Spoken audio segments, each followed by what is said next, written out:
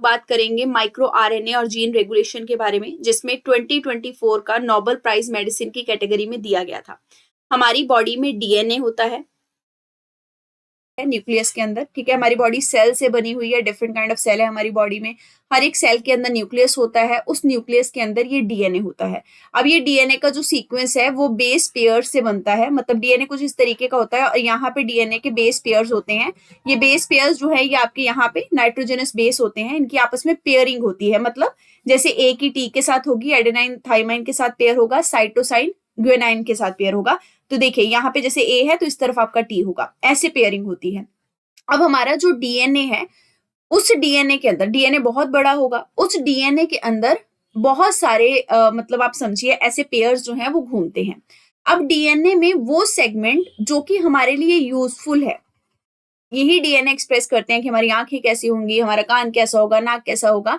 अब डीएनए का वो सीक्वेंस जो कि यूजफुल है, जो कि किसी पर्सन के ट्रेट को एक्सप्रेस करता है, जैसे किसी डीएनए के सेगमेंट से पता लगता है कि इस पर्सन की आंखें जो हैं वो इस डीएनए सेगमेंट की वजह से नीली हैं या भूरी हैं, तो जो सेगमेंट ट्रेट को एक्सप्रेस करता है उसी को हम जीन कहते हैं। ये चीज आपको ध्यान रखनी है। इस तरीके से डीएनए के अंदर बहुत सारे ऐसे जीन्स भी होते होंगे जो बिल्कुल भी यूजफुल नहीं है, किसी भी तरीके का ट्रेट जो है वो एक्सप्रेस नहीं करते हैं, ठीक है।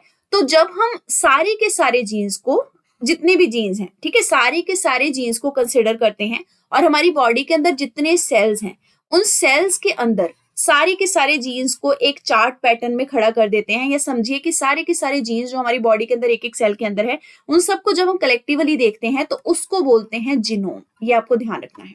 ये मैंने थोड़ा सा आपको लेमन लैंग्वेज में समझाने की कोशिश की है। अब थोड़ा सा इस तरफ चलते हैं जो लैंग्वेज लिखी हुई है। डीएनए का फुल फॉर्म जो है वो डीऑक्सी रिबोन्यूक्लिक एसिड होता है। जीन्स जो हैं वो डीएनए का ही सेगमेंट है, लेकिन ये सेगमेंट कौन सा होगा, जो कि ट्रेट्स को एक्सप्रेस करने वाला सेगमेंट होगा। डीएनए जो है ये आरएनए के साथ मिलता है। आरएनए मतलब इसी के साथ हमें देखने को मिलता है, रिबोन्यूक्लिक एसिड कहते हैं आरएनए को। अब ये डीएनए आरएनए से अलग कैसे है, किसी फॉर्मेट में अलग नहीं है, बस ऐसे समझिए जैसे डीएनए में डबल पेयरिंग, इस तरीके का स्ट्रक्चर है। कौन सा वाला, डीऑक्सी रिबोन्यूक्लिक एसिड, मतलब इस तरीके की डबल लेयर घूम रही है, राइट, और फिर पेयरिंग है। आरएनए में ये सिंगल लेयर है, कोई नीचे वाला आपको पेयरिंग नहीं मिलेगा। तो आरएनए में सिर्फ ए मिलेगा, यहाँ पे सिर्फ आपको मान के चलिए सी मिलेगा, नीचे कुछ नहीं मिलेगा यहाँ पे। जबकि ए के ऑपोजिट टी मिल रहा था, सी के ऑपोजिट डी मिल रहा था जब हम डीएनए पढ़ रहे थे। अब ऐसा क्यों है, ऐसा क्यों है कि आरएनए में ये नहीं मिल रहा। अगर आप एक चीज ध्यान से समझिए तो पेयरिंग जो है नाइट्रोजनस बेस की डीएनए के अंदर वो सेम मैनर में ही होती है, मतलब ए हमेशा टी के साथ टाई होगा, सी हमेशा जी के साथ टाई अप होगा। तो आप सोचेंगे कि अगर यही टाई अप होना है तो हर किसी की आंखों का कलर अलग अलग क्यों हो जाता है, क्योंकि ये जिस सीक्वेंस में होंगे ना, जैसे कभी एटी है कभी फिर से एटी है किसी के कोड में, हर किसी के बॉडी के हिसाब से हर किसी बंदे का जो कोड है ना डीएनए के अंदर वो वेरी करता है, इसीलिए हर किसी के जो ट्रेट्स हैं, फिजिकल ट्रेट्स, वो डिफर कर जाते हैं। अब आरएनए जो है दरअसल ये एक सिंगल लेयर ही है, ये एक्चुअल में आईना है डीएनए का, लेकिन आधे फॉर्मेट का आईना है, आधा आईना है। आधा आईना क्यों है, क्योंकि अगर यहाँ ए है तो ऑटोमेटिकली अगर आरएनए किसी को, आरएनए बेसिकली करता क्या है, डीएनए को अगर बॉडी में कोई प्रोटीन बनाना है तो आरएनए उस मैसेज को कैरी करके लेके जाता है और फिर प्रोटीन वो जो है वो बनवाता है बॉडी के अंदर।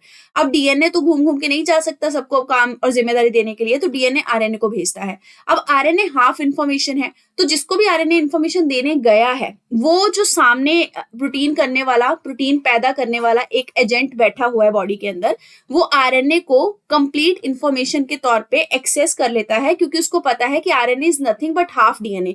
तो वो ऐसे पढ़ता है कि आरएनए का ये सेगमेंट अगर ए है तो अगर ये कंप्लीट डीएनए बनाना हो तो क्या होगा, ऑपोजिट में टी होगा। अगर यहाँ पे सी है तो ऑपोजिट में क्या हो जाएगा, जी हो जाएगा।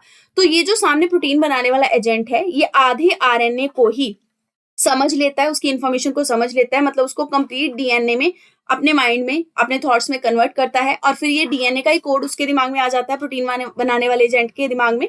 तो वो समझ लेता है डीएनए का ये पूरा कोड जो कि आरएनए की फॉर्म में आया हुआ है, तो अल्टीमेटली हमारी बॉडी के अंदर वो प्रोटीन जो है वो बना देता है। हमारी बॉडी के अंदर ये जो प्रोटीन बनाने का काम है ना, ये दरअसल रिबोसोम करते हैं, रिबोसोम। अब ये क्या है, ये हमारे ऑर्गेनल्स होते हैं सेल के अंदर। ये एक डिफरेंट काइंड ऑफ टॉपिक है, बेसिक ऑफ बायोलॉजी में आता है। बेसिक ऑफ बायोलॉजी को ऑलरेडी लेक्चर चैनल पे अवेलेबल है, वहां पे जाके देख भी सकते हैं। तो बस यहाँ से ये समझिए कि डीऑक्सी रिबोन्यूक्लिक एसिड है, जिसमें कि डबल आपको ऐसे पेयरिंग देखने को मिलती है। आरएनए जो है इसमें पेयरिंग नहीं होती है, ऐसे बस सिंगल होता है ये फॉर्मेट में। ये डीएनए का ही मैसेज आगे चल के कैरी करता है, ठीक है, और फिर आगे चल के बॉडी के अंदर जो डिफरेंट काइंड ऑफ प्रोटीन है उनको बनाने में मदद करता है। तो डीएनए जो है वो आरएनए के साथ ही मिलता है हमेशा हमें। इसी तरीके से हमारा जो डीएनए है उसके अंदर क्रोमोसोम पाए जाते हैं। अब जैसे जो मैंने आपको डीएनए बताया, डीएनए का मैंने ये स्ट्रक्चर बताया था ना आपको, ठीक है, ये वाला स्ट्रक्चर। तो ये जो स्ट्रक्चर है इस तरीके का, ये ना दरअसल हमारा डीएनए इस तरीके से होता है। अब एक एक लेयर को जब आप खोलते जाएंगे तो वो ऐसे बनेगी। ये जो एक एक लेयर है ना, जब इसको खोलेंगे तो कुछ ऐसे बनेगी, फिर इसी को हम डीएनए बोल देते हैं, ठीक है। ये जो इस तरीके का स्ट्रक्चर है इसको क्या कहते हैं? इसको हम कहते हैं chromosome. Chromosome 23 pair of chromosome जो है, क्रोमोसोम वो ह्यूमन सेल के अंदर पाए जाते हैं 23 पेयर, ठीक है। और इसी क्रोमोसोम के अंदर आपका डीएनए जो है, वो जब खोल के देखते हैं क्रोमोसोम को, उधेड़ के बोल लीजिए, तब हमें डीएनए देखने को मिलता है। तो क्रोमोसोम कुछ नहीं है, थ्रेड जैसा स्ट्रक्चर है, प्रोटीन से बना हुआ होता है, और ये डीएनए का ही क्या है, एक सिंगल मॉलिक्यूल है। जीनोम मैंने आपको बता दिया, पूरा सेट ऑफ डीएनए इंस्ट्रक्शन है। मतलब जैसे आपने पूरा डीएनए का जो आपके पास पैटर्न है सेल के अंदर, उसको पूरा जब आपने खोला, प्लस हर एक सेल के अंदर का डीएनए आपने खोल दिया, तो वो सारे को जब आप कंबाइन करेंगे, एंटायर डीएनए इंस्ट्रक्शन जो सेल के अंदर है, तो उसको हम जीनोम कहते हैं।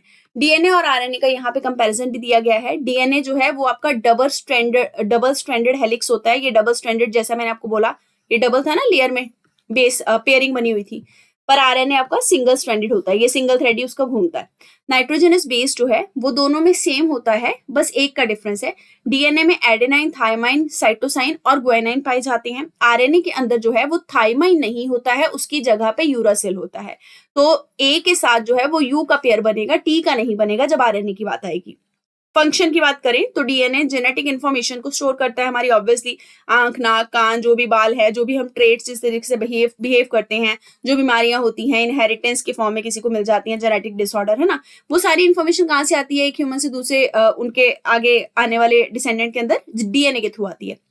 इसके अलावा जो आरएनए है वो जीन के एक्सप्रेशन को रेगुलेट करता है, साथ में प्रोटीन बनाने में, जैसे मैंने बोला, मदद करता है। क्योंकि आरएनए क्या करेगा, डीएनए से इंस्ट्रक्शन लेगा, फिर आगे चल के हमारी बॉडी में वो वाला प्रोटीन जो है वो जनरेट करवाएगा। तो जीन का जो एक्सप्रेशन रेगुलेट होना है, साथ में जो प्रोटीन बनना है उस डीएनए की मदद के लिए, वो सब आरएनए करवाएगा। अब जीनोम एडिटिंग की अगर बात की जाए तो इसको जीन एडिटिंग भी कहा जाता है। दरअसल ये क्या होती है, अब नाम से क्लियर है कि जो हमारा जीन है, जैसे ये डीएनए के अंदर जो जीन है, फॉर एग्जाम्पल ये आंखों का काला करने वाला जीन है, काली आंखों वाला, ठीक है, इसी से हमारी आंखें काली हैं। फॉर एग्जांपल मेरी आंखें इसी से काली हैं। अब ये जीन को अगर मैं चेंज कर दूं और मुझे मेरी आंखें नीली चाहिए, तो ये पूरा एक्सप्रेशन मुझे चेंज करना पड़ेगा। अगर मैंने नीली आंखें करने के लिए पूरा का पूरा एक्सप्रेशन जो है वो चेंज कर दिया, ठीक है, तो इसका मतलब क्या है कि जीन जो है वो मेरा एडिट हो गया। यही है जीन एडिटिंग, ठीक है। और अगर जीनोम की बात, जीनोम एडिटिंग अगर बोल रहे हैं तो कुछ नहीं है, जीनोम बड़ा पोर्शन है पूरे सेल का। जो हम बात कर रहे हैं डीएनए का सीक्वेंस, जीनोम उसको कहते हैं। जीन सर्टन सेगमेंट है, तो जीनोम एडिटिंग जीन एडिटिंग से थोड़ी बड़ी है। तो दरअसल जीन एडिटिंग जो है वो किसी भी ऑर्गेनिज्म के डीएनए सीक्वेंस को चेंज करने में मदद करती है। उसका फिजिकल ट्रेट बदला जा सकता है, जैसे आई कलर हो गया, डिजीज का रिस्क हो गया, ये सब बदला जा सकता है। डिफरेंट काइंड ऑफ प्रोसेस के थ्रू आपकी जीन एडिटिंग की जाती है। जैसे साइट डायरेक्टेड न्यूक्लियस, ये प्रोसेस है जिसमें क्या किया जाता है, या तो छोटा सा पार्ट जीन का डिलीट कर दिया जाता है, या उसके अंदर कुछ नया जीन या प्रोटीन इंसर्ट कर दिया जाता है, या फिर नए नए न्यूक्लियोटाइड जो है ना, न्यूक्लियोटाइड कुछ नहीं है जिससे वो जीन या डीएनए बनता है, उसके पेयरिंग को, उसमें एडिशन डिलीशन ये सब कर दिया जाता है। इसमें दो टाइप होती हैं आपकी, साइट डायरेक्टेड न्यूक्लियस 1 और 2। जो आपकी 2 वाली है वो जो उसमें जो जीन एडिटिंग होती है, उसमें कोई भी फॉरेन सब्सटेंस जो है वो, दरअसल दोनों में एक्चुअल में कोई भी फॉरेन सब्सटेंस जो है वो यूज नहीं किया जाता। जीन को एडिट करते टाइम फॉरेन सब्सटेंस का यूज नहीं होगा। क्या किया जाएगा, या तो जीन का पोर्शन डिलीट कर दिया जाएगा, या सब्सटीट्यूट कर दिया जाएगा उसी ह्यूमन बॉडी के किसी फॉर्मेट से, और उसी के न्यूक्लियोटाइड में वेरिएशन कर दिया जाएगा। कोई फॉरेन एलिमेंट ऐड नहीं किया जाएगा, SDN जो टेक्निक है उसकी मदद से। अब एसडीएन में क्या है, डीएनए जो है उसको क्लीव कर दिया जाता है पहले, मतलब जो सेगमेंट काटना है वो काट दिया जाता है, उसके बाद से जीनोम एडिटिंग सक्सेसफुल की जाती है। Different kind of gene editing technologies में आगे एवोल्यूशन होने के बाद हमारे पास क्रिस्पर कैस9 की टेक्नोलॉजी आती है, जिसका फुल फॉर्म है clustered regularly interspaced short palindromic repeats.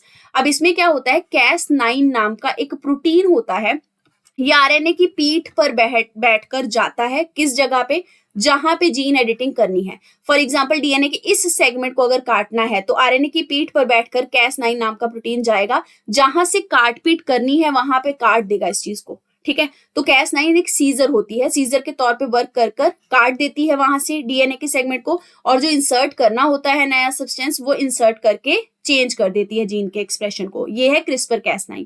फिर इसी तरीके से जिंक फिंगर न्यूक्लियस की टेक्नोलॉजी होती है, transcription activator like effector nucleus होता है जिसको टैलेंट कहते हैं। अब क्वेश्चन कैसे आएगा, यहाँ से क्वेश्चन यही आएगा कि ये तीनों या चारों क्या हैं, या फिर इन तीनों में से एक ऑप्शन जो है वो ऑड आ जाएगा, और पूछा जाएगा कि क्या ये certain kind of gene editing technology है या नहीं है। जीनोम एडिटिंग जेनेटिक इंजीनियरिंग से बहुत डिफरेंट होती है, this is very very important point. देखिए जेनेटिक इंजीनियरिंग को जेनेटिक मॉडिफिकेशन भी कहते हैं। जब हम जीनोम को या जीन को एडिट कर रहे हैं तो ध्यान दीजिए मैंने क्या बोला था, एडिट में हम लोग डिलीट करेंगे कुछ पोर्शन, कुछ सब्सटीट्यूट ऐड कर देंगे, पर क्या हम फॉरेन एलिमेंट को ऐड कर रहे हैं, नहीं कर रहे हैं, राइट। और क्या हम कुछ ऐसा ट्रेट डाल दे रहे हैं जो आने वाले टाइम पे फ्यूचर की जनरेशन को भी इफेक्ट करेगा, तो अभी तक तो हमने ऐसा नहीं किया। तो जीनोम एडिटिंग में क्या होता है, एक्चुअल में आपका फॉरेन जेनेटिक मटेरियल इंट्रोड्यूस जो है वो नहीं किया जाता।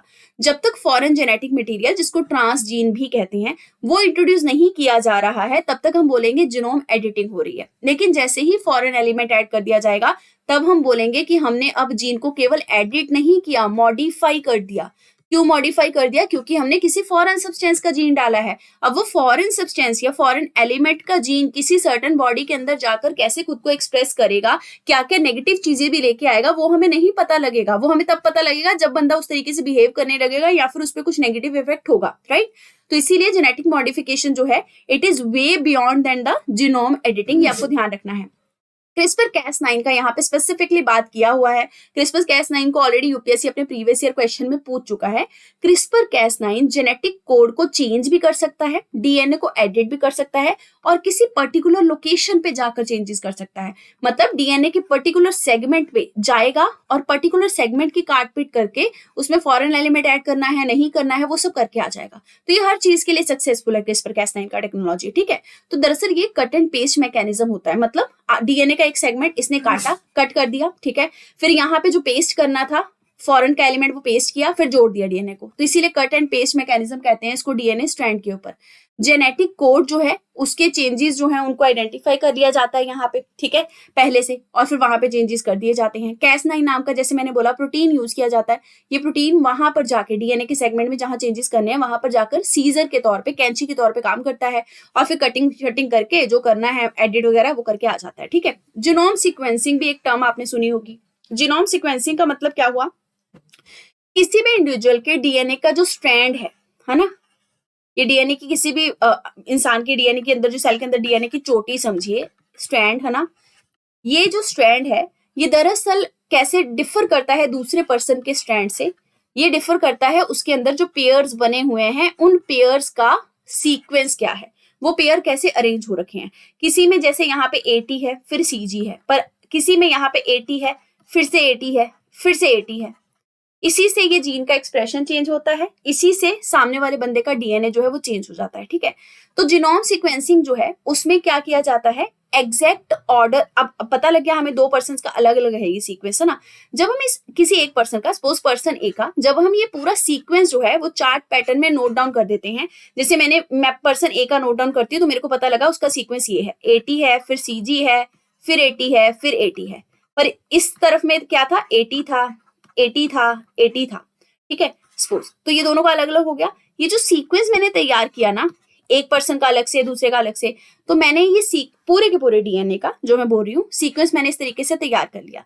तो ये हो गया जीनोम का सीक्वेंसिंग रेडी करना। यही होता है कि जिसमें हम एग्जैक्ट ऑर्डर जो है बेस पेयर का, ये ऑर्डर ही तो बोलेंगे ना, ये किसी भी डीएनए स्ट्रैंड का, किसी इंडिविजुअल के डीएनए के स्ट्रैंड का जब हम एग्जैक्ट ऑर्डर देख लेते हैं बेस पेयर का, उसी को जीनोम सीक्वेंसिंग कहते हैं।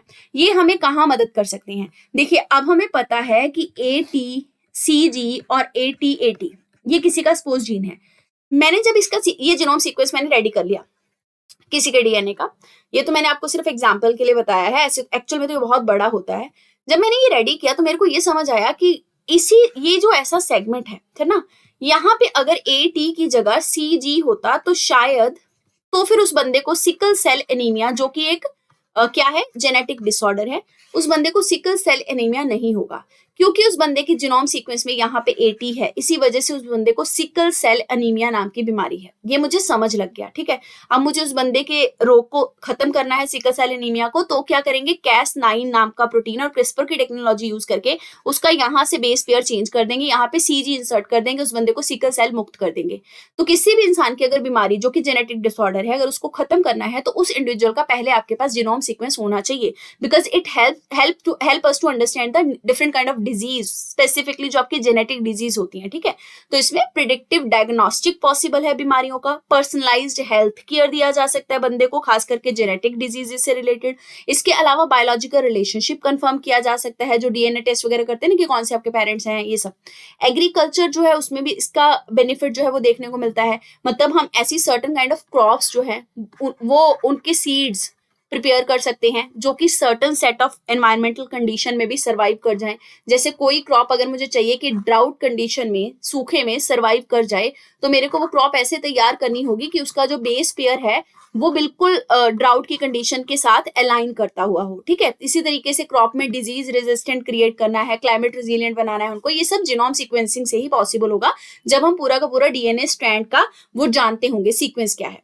अब बात करेंगे न्यूज की। देखिए, अभी तक हमने जो समझा दैट वाज द बेसिक जो दिया हुआ था यहाँ पे। अब न्यूज है सबसे पहले नोबेल प्राइज इन मेडिसिन की। 2024 में नोबेल प्राइज किन्हें मिला है? ये दरअसल जीन रेगुलेशन के लिए दिया गया है, इसीलिए ऊपर हमने जीन, जीनोम इस सबको थोड़ा सा डिटेल में देखा है। तो देखिए, इसको थोड़ा कंसिडर करने से पहले एक बार फिर से मैं आपको ब्रीफली रिवाइज करवा देती हूँ कि हमारी बॉडी के अंदर बहुत सारे सेल्स होते हैं। अब ये हमारी बॉडी का एक सेल है। हमारी बॉडी के सेल के अंदर साइटोप्लाज्म होता है, लिक्विड काइंड ऑफ बोल दीजिए सब्सटेंस होता है। इसमें बहुत सारे सेल ऑर्गेनल्स होते हैं, अपना अपना काम करते हैं। इन्हीं ऑर्गेनल में एक ऑर्गेनल होता है आपका रिबोसोम। रिबोसोम जो है वो अकेले नहीं मिलता है, वो एंडोप्लाज्मिक रेटिकुलम के ऊपर मिलता है, ठीक है। ये नाम आपको टफ लग रहे होंगे अगर आपने बेसिक नहीं पढ़ा, अगर पढ़ा है तो बहुत आसान है, ठीक है। इसी तरीके से साइटोप्लाज्म है यहाँ पे, फिर अंदर यहाँ न्यूक्लियस होता है। अब इसी न्यूक्लियस के अंदर क्या है, हमारे क्रोमोसोम होते हैं। जैसा मैंने आपको बोला, क्रोमोसोम 23 पेयर के होते हैं। ये क्रोमोसोम जो है ये डीएनए से बने होते हैं, और डीएनए जो है उसी के अंदर हमारे जीन्स होते हैं। जीन्स हमारे ट्रेट्स को एक्सप्रेस करते हैं। तो अगर क्रोमोसोम जो है वो सेम है किसी का, ठीक है, तो जीन जो है वो सेम होगा। ऐसे समझिए, आप ऐसे इस पॉइंट को कंसीडर कीजिए कि क्रोमोसोम है। अब हमारी बॉडी के अंदर तो बहुत सारी सेल्स हैं, है ना। हर सेल के अंदर क्रोमोसोम सेम है। मैंने बताया आपको हर सेल के अंदर 23 पेयर होते हैं, तो हर सेल के अंदर क्रोमोसोम सेम है। अगर हर सेल के अंदर क्रोमोसोम सेम है तो हर सेल के अंदर जीन भी तो सेम होगा ना।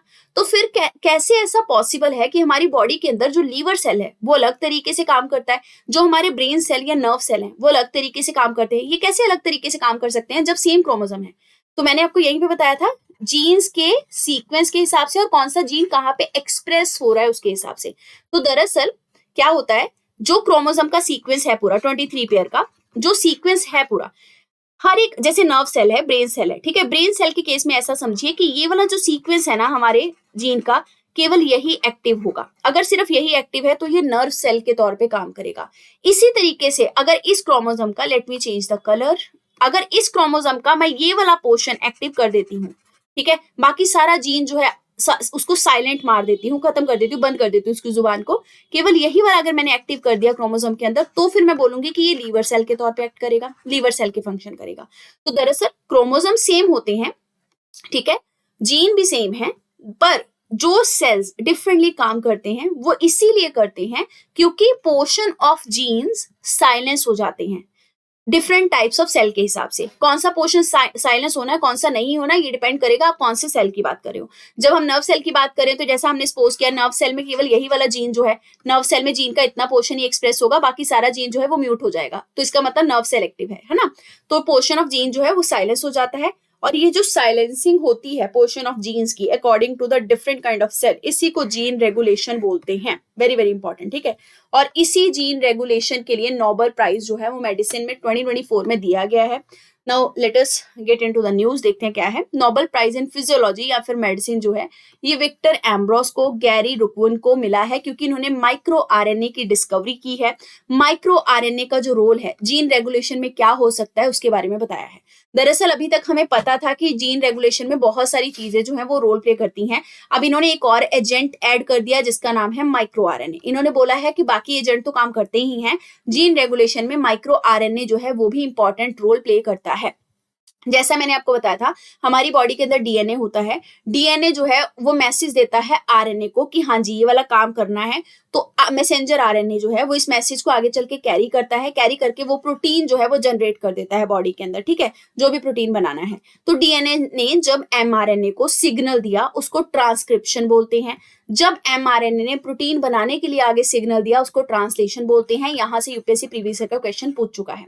तो दरअसल 1993 में क्या हुआ था, इन दोनों ने, विक्टर एम्ब्रोस और गैरी ने, माइक्रो आरएनए का डिस्कवरी किया था और बताया था कि जीन रेगुलेशन जो है उसका बहुत इंपॉर्टेंट रोल होता है, ठीक है। माइक्रो आरएनए का जीन रेगुलेशन में बहुत इंपॉर्टेंट रोल होता है, लेकिन ये रोल कहाँ पे प्ले होता है, ये रोल तब प्ले होता है ट्रांसक्रिप्शन का प्रोसेस जब कंप्लीट हो चुका होता है। मैंने आपको बता दिया ट्रांसक्रिप्शन क्या है ना।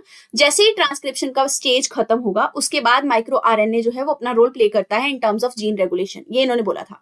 1993 तक ये बिलीव किया जाता था, मतलब जब तक ये डिस्कवरी नहीं हुई थी, ये बिलीव किया जाता था कि कुछ सर्टन प्रोटीन्स होते हैं और ये प्रोटीन्स को हम ट्रांसक्रिप्शन फैक्टर्स कहते हैं। ये प्रोटीन जो है ये डीएनए के साथ जगह जगह पे जुड़े हुए होते हैं। फिर यही प्रोटीन जो है ये आगे चल के मैसेंजर आरएनए को सिग्नल देते हैं और फिर मैसेंजर आरएनए प्रोटीन बनाता है। मैसेंजर आरएनए जो प्रोटीन बनाएगा उसी के हिसाब से जीन जो है उनको खुराक जाएगी और जीन जो है वो एक्सप्रेस होगा। जिसको खुराक नहीं मिलेगी वो जीन साइलेंस हो जाएगा। ये तो समझ आ रहा है ना। तो बस ऐसे ही समझिए कि पहले कहा जाता था कि कुछ स्पेशलाइज प्रोटीन है ट्रांसक्रिप्शन फैक्टर, केवल वही ट्रांसक्रिप्शन फैक्टर्स हैं जो रोल प्ले करते हैं in terms of the gene regulation. लेकिन अब बोला गया है कि ट्रांसक्रिप्शन के बाद भी एक फैक्टर है जिसको बोलते हैं micro RNA which also play the role in the gene regulation. Micro RNA या इसको हम एमआईआरएनए के नाम से भी संबोधित करते हैं, लिखते भी हैं, ध्यान रखेंगे। ये दरअसल एक छोटा सा नॉन कोडिंग आरएनए होता है, मतलब ये आरएनए का ही एक पार्ट है लेकिन इसमें कोड नहीं होता आरएनए का कोई। कोड का मतलब क्या, जैसे डीएनए ने सिग्नल दिया, आरएनए अब कैरी करके जा रहा है ना डीएनए की इंफॉर्मेशन को कि डीएनए ने क्या मुझे काम दिया है, टास्क दिया है। ये आरएनए है, ये कैरी करके लेके जा रहा है डीएनए की सिग्नल को। ये आरएनए का कुछ पोर्शन है पूरा का पूरा जिसने डीएनए की इंफॉर्मेशन को कैरी किया हुआ है कि मुझे कौन सा होमवर्क करना है, पर इसका कुछ पोर्शन तो ऐसा होगा ना जिसके पास कोई कोड या फिर होमवर्क नहीं है। तो वही सेगमेंट जिसके पास कोई कोड नहीं है, इंफॉर्मेशन नहीं है, नॉन कोडिंग आरएनए, यही आपका एमआईआरएनए या माइक्रो आरएनए कहलाता है। और यही नॉन कोडिंग आरएनए जो है यही जीन एक्सप्रेशन या जीन रेगुलेशन में मदद करता है।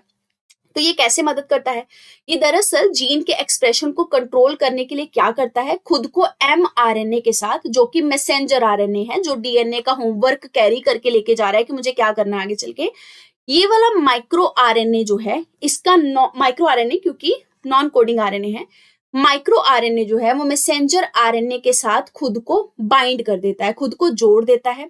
अब देखिए ऐसे समझिए, आप ऐसे देखिए कि ये डीएनए है, डीएनए ने यहाँ पे सिग्नल भेजा कंप्लीट मैसेंजर आरएनए के थ्रू कि ये वाला प्रोटीन बना दीजिए, ठीक है, ये वाला प्रोटीन बना दीजिए। पर क्या हुआ, मैसेंजर आरएनए में ही कुछ ऐसा कोड छुपा हुआ है जो नॉन कोडिंग है, जिसको हम क्या बोल रहे हैं, जो है माइक्रो आरएनए, है ना, माइक्रो आरएनए। तो दरअसल ये माइक्रो आरएनए यहाँ पे जब आया, इससे पहले ये खुद को क्या कर चुका, मतलब यहाँ पे जब माइक्रो आरएनए बाइंड हुआ या माइक्रो आरएनए जब यहाँ पे मैसेंजर आरएनए के साथ जा रहा है, तो अपने साथ ये इंफॉर्मेशन कैरी करता हुआ जा रहा है, ये इंफॉर्मेशन कैरी करता हुआ जा रहा है कि कौन सा प्रोटीन सच में जनरेट होना चाहिए, कौन सा नहीं होना चाहिए। तो दरअसल क्या होता है, कई बार मैसेंजर आरएनए बॉडी के अंदर ये वाला भी सिग्नल लेके जा सकता है ना, जब किसी को सपोज कीजिए किसी को एचआईवी है, कोई ऐसा डिजीज है, तो हो सकता है मैसेंजर आरएनए बॉडी में ये सिग्नल ले जाए कि ये वाला प्रोटीन बना दो, और वो प्रोटीन जो है वो दरअसल वायरस को फायदा करे, सामने वाले की बॉडी को नुकसान करे। तो फिर उस समय पे माइक्रो आरएनए जो कि नॉन कोडिंग आरएनए है, ये उस प्रोटीन को बनने नहीं देगा, बस ये समझिए, ठीक है। ये ट्रांसलेट कर देगा कि ये वाला प्रोटीन जो है वो नहीं बनाना है। तो ये मैसेंजर आरएनए को या तो कंप्लीटली खत्म कर देगा यहाँ पे, ताकि आगे सिग्नल लेके ही ना जा पाए, क्योंकि बॉडी के लिए नुकसानदायक सिग्नल है वो, या फिर जब प्रोटीन बनने वाला होगा तब तबाही मचा देगा, तब खत्म कर देगा और प्रोटीन को बनने नहीं देगा। बस यहाँ ध्यान रखिए। अब मैंने आपको ये क्यों समझाया कि यहाँ पे ये बीमारी से लड़ने के काम आएगा, क्योंकि माइक्रो आरएनए जब आया था उसकी डिस्कवरी काफी टाइम पहले हो चुकी थी, पर इसकी एप्लीकेशन अब समझ आई हमें जब हमने कोविड की वैक्सीन बनाई। तो इसीलिए इनको नोबेल प्राइज अब मिला है जाके, जबकि डिस्कवरी तो कब से कर चुके थे। तो माइक्रो आरएनए बेस्ड जब वैक्सीन बनाई गई थी कोविड की, उसको मतलब जब हमने समझा, तब हमें माइक्रो आरएनए का इंपॉर्टेंस समझ में लगा। क्योंकि माइक्रो आरएनए जब मैसेंजर आरएनए के साथ जा रहा था, तो उसने मैसेंजर आरएनए के थ्रू वो प्रोटीन बॉडी में बनने ही नहीं दिए जो कोविड को ताकतवर कर रहे थे बॉडी के अंदर, ठीक है। तो दरअसल ये जीन के एक्सप्रेशन को कैसे कंट्रोल करेगा, मैसेंजर आरएनए के साथ बाइंड अप हो जाएगा और इसको प्रिवेंट करेगा कि ये प्रोटीन का सिग्नल ट्रांसफर ना कर सके, या फिर ये एमआरएनए को या मैसेंजर आरएनए को कंप्लीटली ध्वस्त कर देगा, खत्म कर देगा, डिस्ट्रॉय कर देगा। तो जब मैसेंजर आरएनए ही खत्म हो गया, तो पीछे से डीएनए जो भी होमवर्क दिया हो, तो होमवर्क तो आगे पहुंचा ही नहीं, प्रोटीन कभी बना ही नहीं, ठीक है। तो जो न्यूक्लियस के अंदर प्रोटीन होगा, ठीक है, एक्चुअल में वो आरएनए के ट्रांसक्रिप्शन को रेगुलेट करता है। मतलब नॉर्मल जो प्रोटीन होते हैं वो प्रोटीन आरएनए के ट्रांसक्रिप्शन को रेगुलेट करते हैं। वो प्रोटीन भी यही काम करते हैं कि आरएनए का कौन सा मैसेज कैरी करके प्रोटीन बनना है, कौन सा मैसेज जो है वो कैरी करके चीजें नहीं होनी है। माइक्रो आरएनए जो है ये ट्रांसलेशन वाला जो फैक्टर है वहां पे काम करता है। हमने ऊपर देखा था ना, एक बार मैं यहाँ पे आपको दोबारा दिखाती हूँ। अच्छा, यहाँ पे ना थोड़ा सा नीट एंड क्लीन स्पेस नहीं है, यहाँ पे बना देती हूँ। देखिए डीएनए है, डीएनए ने मैसेंजर आरएनए को सिग्नल दिया, मैसेंजर आरएनए आगे ट्रांसलेशन करेगा, ट्रांसलेशन करके प्रोटीन बना देगा। यही हमने देखा था, जब डीएनए एमआरएनए को सिग्नल दे रहा है, इसको ट्रांसक्रिप्शन बोलते हैं, ट्रांसक्रिप्शन, है ना। तो जो नॉर्मल प्रोटीन्स होते हैं, जो माइक्रो आरएनए से पहले हमें पता थे, जो काम करते थे जीन रेगुलेशन का, ये वाले प्रोटीन्स जो हैं ये न्यूक्लियस के अंदर ही होते हैं। ये आरएनए की ट्रांसक्रिप्शन स्टेज पे काम करते हैं। मतलब अगर डीएनए ने कोई सिग्नल देना है मैसेंजर आरएनए को कि हाँ जी ये वाला होमवर्क करो जाके, पर बॉडी को चाहिए कि ये होमवर्क नहीं होना चाहिए, ठीक है, या फिर ये वाला जीन एक्सप्रेस नहीं होना चाहिए, इसको बोलते हैं जीन रेगुलेशन। तो सर्टन प्रोटीन होगा यहाँ पे डीएनए के पास ही, यहीं पे आसपास, ये प्रोटीन जो है ये ट्रांसक्रिप्शन में चेंजेस कर देगा, ताकि मैसेंजर आरएनए जो है वो उस हिसाब से काम करे, ताकि बॉडी में जीन रेगुलेशन चलता रहे, कहाँ जीन साइलेंट होना है कहाँ नहीं होना वो सब होता रहे। ये ट्रांसक्रिप्शन के स्टेजेस पे प्रोटीन वर्क कर रहे हैं, हमें सिर्फ ये पता था। पर जब माइक्रो आरएनए की डिस्कवरी हुई, तब हमें ये समझ लगा कि जब ट्रांसलेशन का भी स्टेज आता है, मतलब मैसेंजर आरएनए अपना सिग्नल लेके निकल लिया, वहां से अपनी सवारी लेके निकल लिया, उसके बाद अगर जीन साइलेंट करना हो या फिर जीन को रेगुलेट करना हो, तब कैसे करेंगे। तब हमने डिस्कवरी की माइक्रो आरएनए की, कि माइक्रो आरएनए जो है वो ट्रांसलेशन की स्टेज पर जाकर भी जीन रेगुलेशन कर सकता है, ट्रांसलेशन की स्टेज पर। तब वो क्या करेगा, मैसेंजर आरएनए को खत्म कर देगा, अगर जीन को नहीं एक्सप्रेस होने देना है या फिर सर्टेन प्रोटीन नहीं बनने देना है। आई होप आपको ये क्लियर हुआ होगा। जीन रेगुलेशन क्या होती है, जैसा मैंने आपको बताया था कि कौन सी लोकेशन पे, कौन सी टाइमिंग पे, कितनी अमाउंट पे जो जीन्स हैं उनको एक्सप्रेस होने देना है, कौन से जीन्स को एक्सप्रेस नहीं होने देना। क्योंकि कुछ सर्टन जीन्स जब एक्सप्रेस होते हैं हमारी बॉडी में, वैसे ही फंक्शन चलते हैं, वैसे ही हम काम करते हैं। अब कोई अगर बाय बर्थ ब्लाइंड है या विजुअली इम्पेयर्ड है, तो हो सकता है कुछ सर्टन जीन्स की वजह से हो। किसी को बचपन से थैलेसीमिया है, तो वो जीन्स के एक्सप्रेशन या साइलेंस की वजह से होगा, ठीक है। तो इसीलिए जीन रेगुलेशन जो है वो हमारी बॉडी के अंदर शुरू से चलता आता है। जब इसमें कुछ चेंजेस हो जाते हैं या ये खराब हो जाता है, तो फिर सर्टन जेनेटिक डिसऑर्डर्स जो है वो होने लग जाते हैं। जीन एक्सप्रेशन जो है उसमें क्या होता है, जीन खुद को एक्सप्रेस करता है, बताता है कि हाँ जी मैं ये वाला जीन हूँ, इतना पोर्शन हूँ जो कि आपके नाक की शेप के लिए रिस्पॉन्सिबल हूँ। दूसरा जीन कहता है कि मैं ये वो जीन हूँ जो कि आपकी आंखों के लिए रिस्पॉन्सिबल हूँ, जितनी सुंदर जो आपकी आंखें हैं, ब्लू है, ब्राउन है, ब्लैक है, राइट। ह्यूमन ऑर्गन्स और जो टिश्यूज हैं उनमें डिफरेंट सेल्स होते हैं। जैसा देखा हमने, सेल के अंदर क्रोमोसोम होता है, क्रोमोसोम के अंदर डीएनए, डीएनए के अंदर जीन्स होते हैं, जीन सेट ऑफ इंस्ट्रक्शन होते हैं जो सर्टेन बॉडी ट्रेट्स को शो करते हैं।